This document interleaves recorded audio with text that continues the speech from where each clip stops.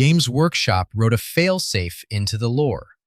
Because of their unique physiology, a fusion of gene-crafted flesh and raw warp energy the Emperor himself wove into their creation, any Primarch can be resurrected. Any of them. Tomorrow.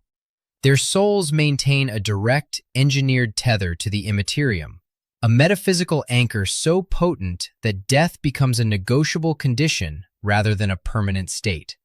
Primarch biology is distinct from Space Marines, distinct from Custodes, unique among every living thing the Emperor ever made.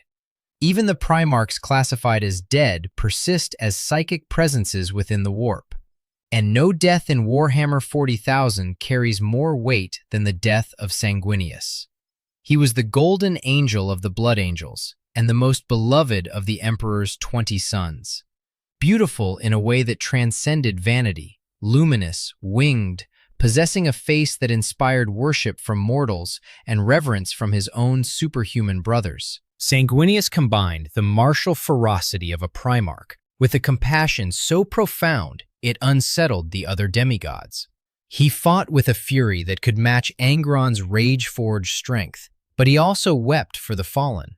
He inspired a loyalty in his legion that went beyond military obedience into something closer to devotion.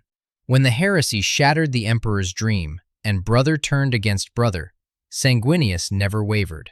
He held the line against traitors and demons with a ferocity that bought time the defenders desperately needed. His curse of foresight had already shown him how his story ended.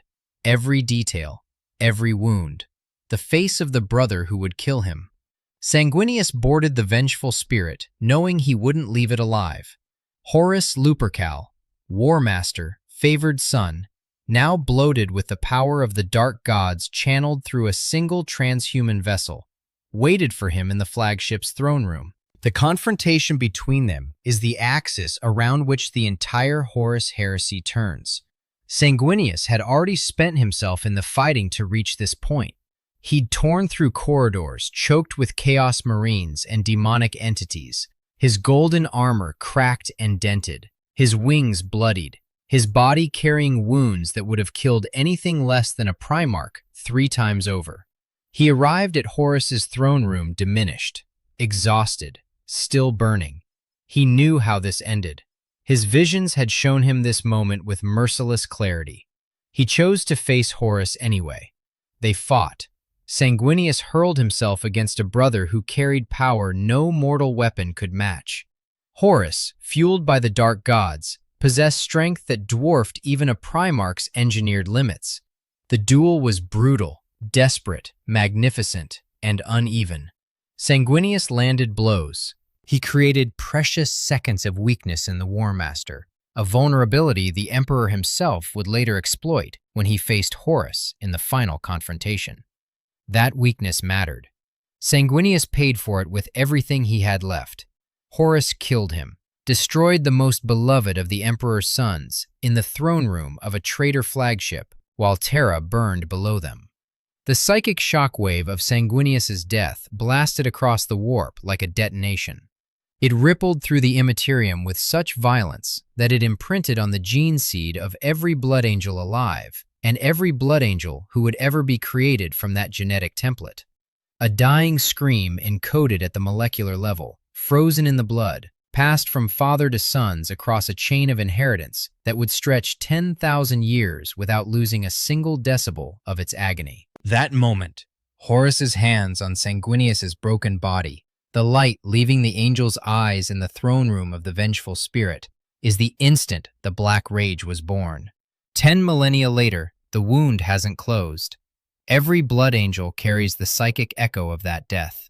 The Black Rage forces warriors to literally relive their Primarch's final moments, descending into berserker fury as memories of the vengeful spirit flood their minds with hallucinatory totality.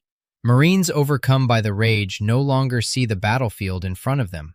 They see Horus. They see the corridors of the vengeful spirit, slick with the blood of loyalists, choked with the smoke of a traitor warship.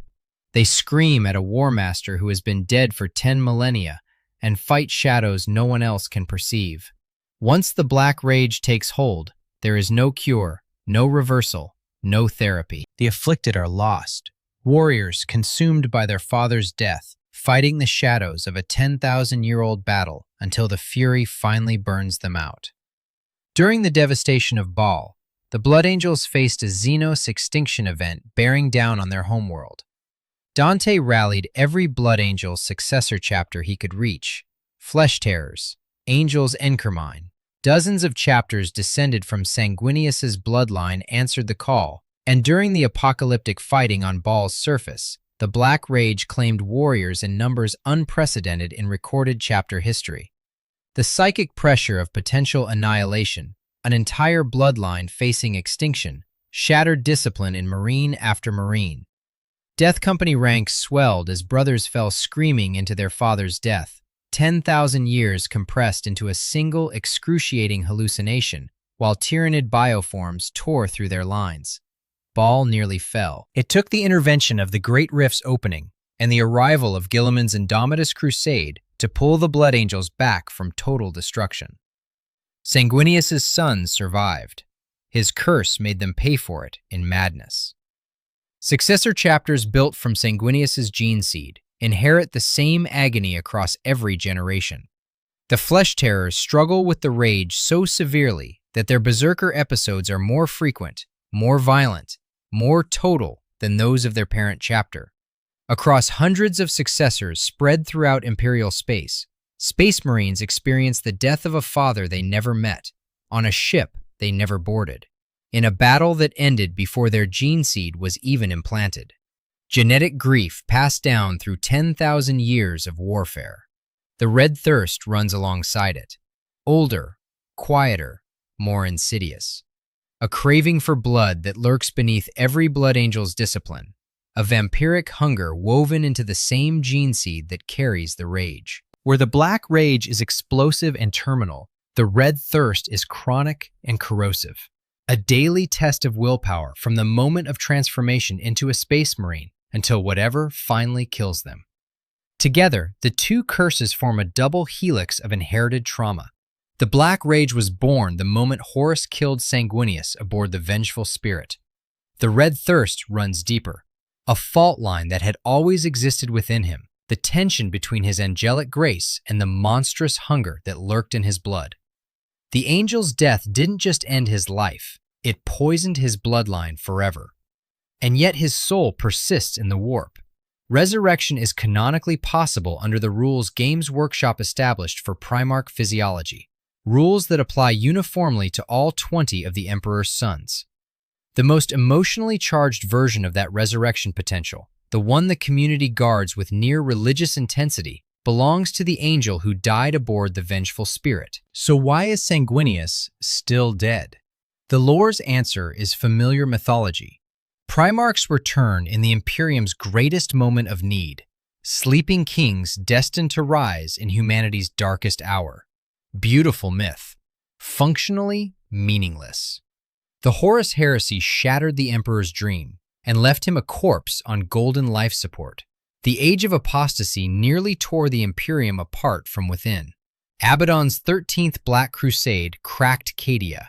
The Cicatrix Maledictum split the galaxy in two, severing entire sectors from the Astronomicon and condemning billions to darkness. Mortarion launched a full demon invasion of Ultramar. Angron materialized on Imperial battlefields during the Arcs of Omen. The Imperium's darkest hour arrives every morning on every world where humanity bleeds in the Emperor's name, and has been arriving without interruption for 10,000 consecutive years. A perpetual Tuesday dressed in apocalyptic clothing. The in-universe Trigger collapses under casual scrutiny. The real Trigger lives in Nottingham, England, in quarterly earnings reports, release schedules, and the market projections of executives who decide which demigod gets to come home this fiscal year. Each Primarch represents a tentpole release, centerpiece miniature, companion novel, supplementary models, limited editions, painting guides, and the cascade of community spending that follows. There are these things called USD, one commenter observed. Break glass in case of sales dropping off, diagnosed another. A third, with the dry affection that defines this fandom, noted the executive's can't afford their third yacht. Every absent Primarch is a monetizable asset. The calendar belongs to Nottingham. Games Workshop proved the model works in 2017, resurrecting Roboute Guilliman, Rowboat Girlyman, as the community lovingly calls him, to anchor Warhammer 40,000's 8th edition. Belisarius' Call provided the scientific foundation after 10,000 years of preparation. The Inari Eldari supplied the psychic catalyst, Yvraine channeling power to bridge the gap between machinery and metaphysical damage. Science and sorcery both, Xenos cooperation and human desperation woven together across millennia. A genuinely satisfying narrative that also happened to be an extraordinarily effective commercial strategy. Games Workshop entered a phase of sustained growth so aggressive it became one of the London Stock Exchange's standout performers. Players bought the model, the rulebooks, Primaris Marines by the squad. One Primarch return anchored an entire edition cycle and generated cascading revenue across every product category. One commenter captured the post-Guilliman mood by referencing the beloved fan series, If the Emperor Had a Text-to-Speech Device. Dorn is just hanging out with Kitten, Magnus, and the Emperor on Terra. Warm cynicism, affectionate resignation. A customer base that openly acknowledges it's being strategically managed, then queues up for the product anyway, because the product, when it finally arrives, is worth the wait. Lionel Johnson's return confirmed the pattern, a critical detail the community guards ferociously. The lion is forgiving his fallen sons, only pursuing those who specifically aligned with chaos. 2 Primarchs back. The question shifted permanently from whether these demigods can return to when the next one gets scheduled. The most damning evidence that ready-made narrative arcs are sitting in reserve lies in the stories themselves. Corvus Corax, Primarch of the Raven Guard, has undergone something that ranks among the most extraordinary transformations in the entire canon. After the Heresy, consumed by guilt over the genetic experiments that had produced monstrous mutant space marines on Deliverance, and haunted by the catastrophic losses his legion suffered at the Dropsite massacre on Istvan V, Corax entered the Eye of Terror and vanished. The Black Library story, Shadow of the Past, revealed what happened inside the warp. The dual nature of the Primarchs, physical matter fused with warp energy, manifested in him as a terrifying ascension. He became a being of living shadow, capable of transforming into a swarm of spectral crows, wielding darkness as weapon and doorway, striking from the immaterium itself. What he chose to do with that power is what makes the community lose its collective mind. He chose Lorgar Aurelian, Primarch of the Word-Bearers, architect of the Heresy's spiritual corruption. Lorgar became Corax's singular prey, his 10,000-year obsession, and the canonical account inverts every expectation of daemon Primarch power. Lorgar, empowered by the dark gods, master of an entire Chaos Legion, is running. He has retreated deep within the warp and can't escape the thing his brother has become. Corax manifests as a whisper of feathers at the edge of perception, darkness that moves with intent and teeth. The quietest Primarch became the eternal nightmare of the loudest one. Lorgar preached the word of gods. Corax became something that makes a god's champion cower. That story generates engagement, dwarfing every other Primarch discussion in the community. Pure crowd-pleasing retention fuel sitting untouched. Lehman Russ offers fan theory rather than established canon, but constructed with such elegant internal logic, the community treats it as prophecy. Russ disappeared into the Eye of Terror, telling his sons he'd return for the wolf time, the Space Wolves' Ragnarok. Separately, the Eldari goddess Isha languishes as Nurgle's prisoner, trapped in an eternal cycle of plague and self-healing. The theory braids these threads with devastating simplicity. Russ entered the warp to find Isha, fighting through a chaos god's domain to free a goddess whose healing power might restore the Emperor from his 10,000-year death on the Golden Throne. Like Orpheus descending to the underworld, except the underworld is a plague garden, and Orpheus carries the weight of an entire species' survival. Fan theory, clearly attributed as such, But fans have already written this story in their hearts, and the community has embraced it with a passion suggesting any other version of the Wolf King's return would feel like a betrayal. Corax's hunt carries full narrative maturity. Russ's quest has been pre-approved by the community. Clonegrim, Fabius Bile's uncorrupted clone of Fulgrim, offers a loyalist Emperor's Children Primarch walking a path independent of the demon prince his original became. Alfarius, canonically killed by Rogel Dorn, remains perpetually suspect because the Alpha Legion's entire identity is deception.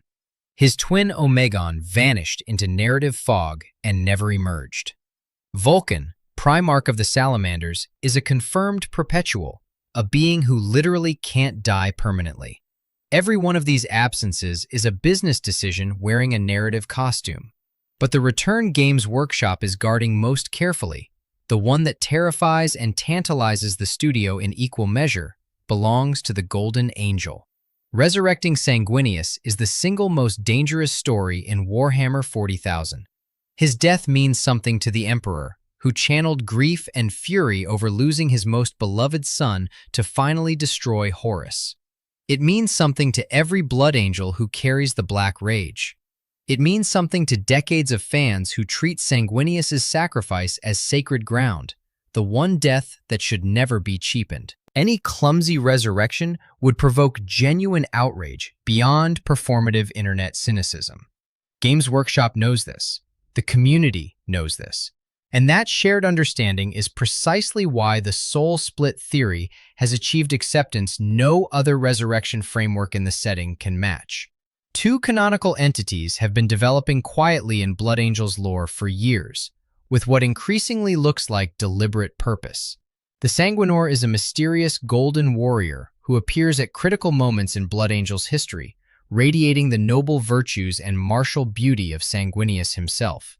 Blood Angels who witness the Sanguinor describe an overwhelming, tangible manifestation of their Primarch's living essence, something alive in the golden figure, something that remembers what it meant to be the angel. The specificity of the Sanguinor's appearances, always at the breaking point, always when Blood Angels face annihilation, carries the unmistakable fingerprint of a consciousness making choices, not a random psychic phenomenon.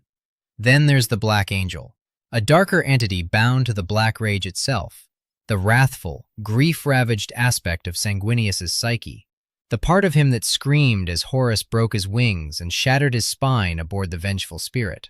Fury and despair that has poisoned his son's blood for 10 millennia, dragging warriors into madness on battlefields separated from the original trauma by an ocean of centuries. When a Blood Angel falls to the Black Rage, he channels something that rages from behind the veil of the warp with a grief so vast it has survived 10,000 years of dilution without losing a fraction of its intensity. One soul, two fragments, noble half and broken half, separated at the moment of death, each persisting independently in a setting where Primarch souls don't simply vanish. Games Workshop's own lore built the mechanism, the warp-tethered physiology that makes permanent death nearly impossible, and then split Sanguinius' soul into two functioning pieces that have been operating within the narrative for years. The Sanguinor saves Blood Angels in their darkest battles. The Black Angel damns them with inherited madness. Both carry the fingerprint of the same dead god. The theory holds that both halves must merge to reconstitute Sanguinius whole, a complete entity bearing the integrated weight of golden nobility and the psychic trauma of his death, compassion and fury, and 10,000 years of scattered grief reconciled in a single being. A community member crystallized why this path, and no other, has earned widespread acceptance. 8 words that carry more narrative authority than most codex entries. The only way I would accept his resurrection. Those 8 words reveal everything about the audience Games Workshop faces. These fans have standards. They've spent decades with this lore. They understand Sanguinius' sacrifice is the load-bearing wall of the Heresy narrative, and removing it carelessly collapses the structure. The soul split theory works because it doesn't erase the death, it transforms it. Sanguinius died aboard the vengeful spirit. That happened, and it mattered. What persists are shattered fragments of who he was, and the resurrection becomes a story about whether those pieces can find each other across 10,000 years of separation and suffering. Whether the angel can be made whole, whether the blood angel's eternal curse, the rage, the thirst, the genetic scream, can finally end through full acknowledgement of what their father's sacrifice cost, rather than through convenient denial that it happened. He wouldn't return as he was. He'd return bearing everything his death wrought: grief, madness, nobility, fury, the accumulated sorrow of every Death Company Marine who died screaming his name, all reconciled in a single figure who walked knowingly into death and spent millennia scattered across the warp, waiting to be reassembled. That's a masterpiece sitting in a vault. Games Workshop holds the key. The Sanguinor positioned in the lore, the Black Angel positioned in the lore, the soul-split framework articulated and pre-approved by a community whose fervor borders on devotional. Blood Angels remain one of the most commercially powerful chapters in the entire product range. Dante's storyline has been building towards something seismic for years. A Sanguinius model, wings spread, bearing the integrated marks of golden light and the darkness of the Black Rage, 10,000 years fused into a single transcendent figure, would be the most anticipated miniature release in Games Workshop history. Guilliman powered an entire edition transition. Sanguinius could power something larger. Every one of these demigods will walk the Imperium again. Corvus Corax will emerge from the shadows. Russ will return from whatever nightmare he's been carving through in Nurgle's garden. Sanguinius will be made whole. They won't come home when humanity needs them most. Humanity has needed them every single day for 10,000 years, and the Black Rage hasn't let a single blood angel forget it for one moment. They'll come home when the quarterly report requires a tentpole product. And honestly, when that Sanguinius model finally drops, the Sanguinor and the Black Angel made one, wings spread, 10,000 years of grief and glory fused into a single golden figure that every Blood Angels player has been imagining since they first learned what the Black Rage costs. Every last one of us is opening our wallets without hesitation. Games Workshop knows that. That's why they can afford to wait. Subscribe for more stories like this.